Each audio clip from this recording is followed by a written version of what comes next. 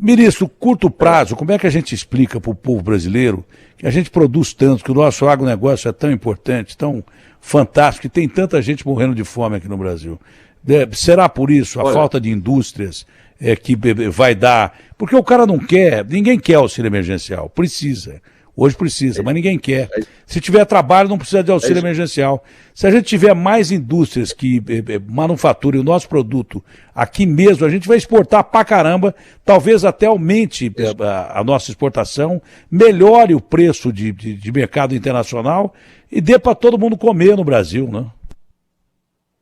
É isso. Olha, Datena, essa é uma excelente pergunta, porque assim, é um contrassenso. Como é que pode produzir tanto alimento e nós temos tanta gente passando fome?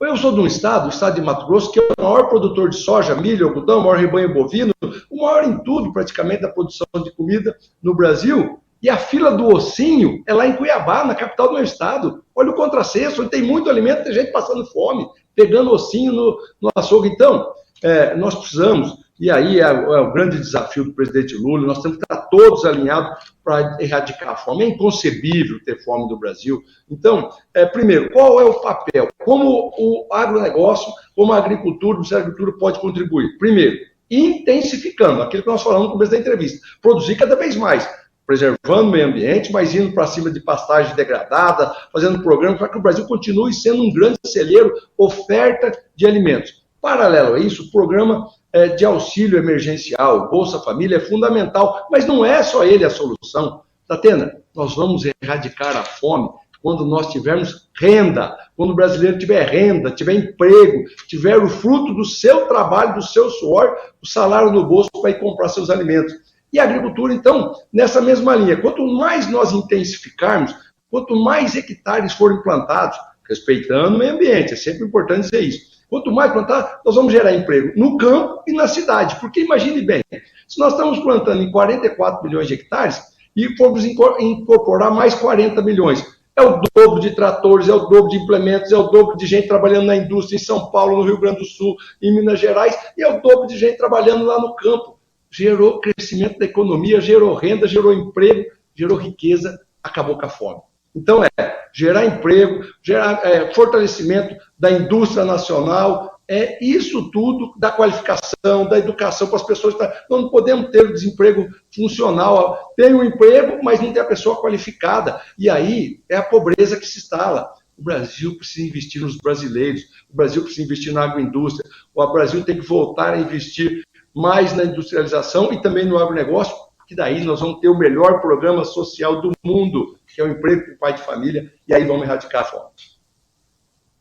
Bom, aqui no Brasil ainda, nós temos uma crise de seca no Rio Grande do Sul, quase 400 cidades, estado de emergência, né? O Rio Grande do Sul produz muita coisa, principalmente arroz.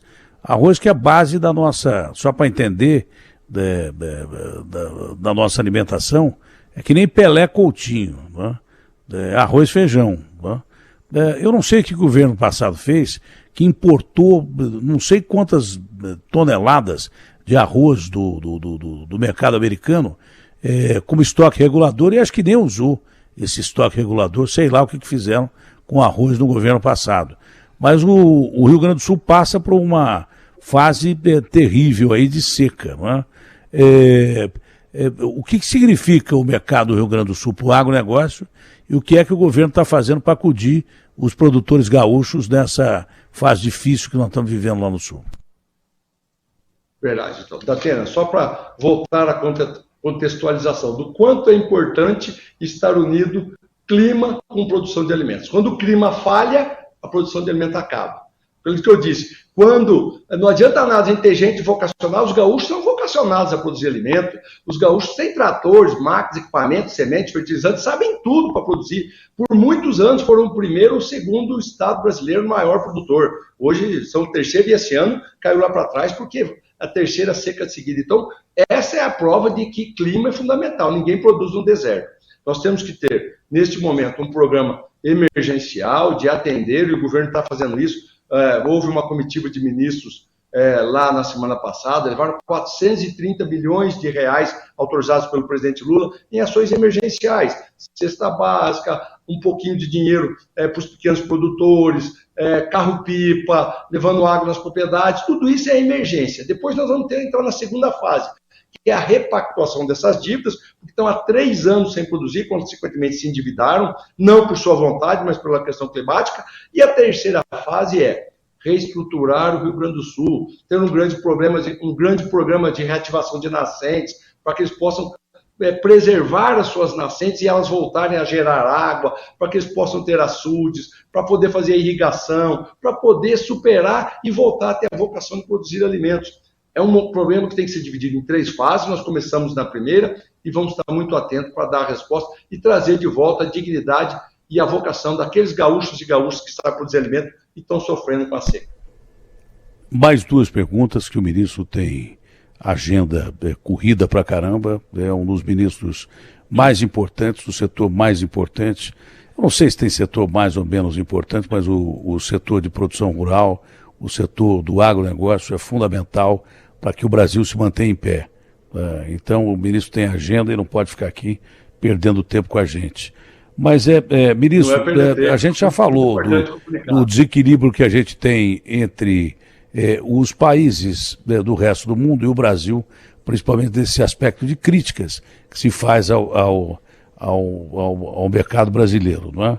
Agora, nós estamos na expectativa aí de um acordo da União Europeia com o Mercosul. Como eles estão vivendo uma crise muito grande, eu tenho a impressão que eles vêm com a bola mais baixa para negociar com o Mercosul. E qual a importância desse acordo da União Europeia com o Mercosul, ministro? Fundamental, Datena. Eu tive na Alemanha no dia 18 de janeiro, na Semana da Agricultura Verde, 66 ministros da agricultura do mundo afora, mais 17 grandes entidades mundiais, como FAO, como ONU, né? E aí eu senti já o humor do mundo muito favorável ao Brasil, das boas relações. O presidente Lula tem essa característica, é um grande embaixador, ele é um grande negociador, hábil, e aí esta é um grande momento.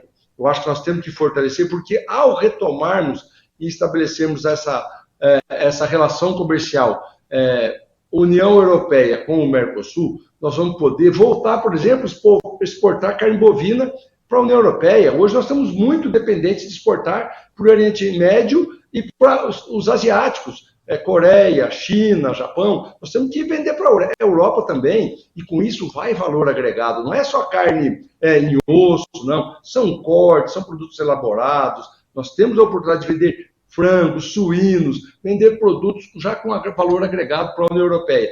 É fundamental isso, o sinal é muito propício, eu senti o humor bem favorável. Nosso próprio embaixador brasileiro lá na Alemanha, Roberto Jaguaribe, tive com ele 2 ou 3 dias lá, falou: Fábio, já estão procurando muito a embaixada, não era assim no ano passado, já estão procurando muito. Eles vivem uma crise energética, aquilo que você falou, uma lareira para funcionar lá está custando muito caro.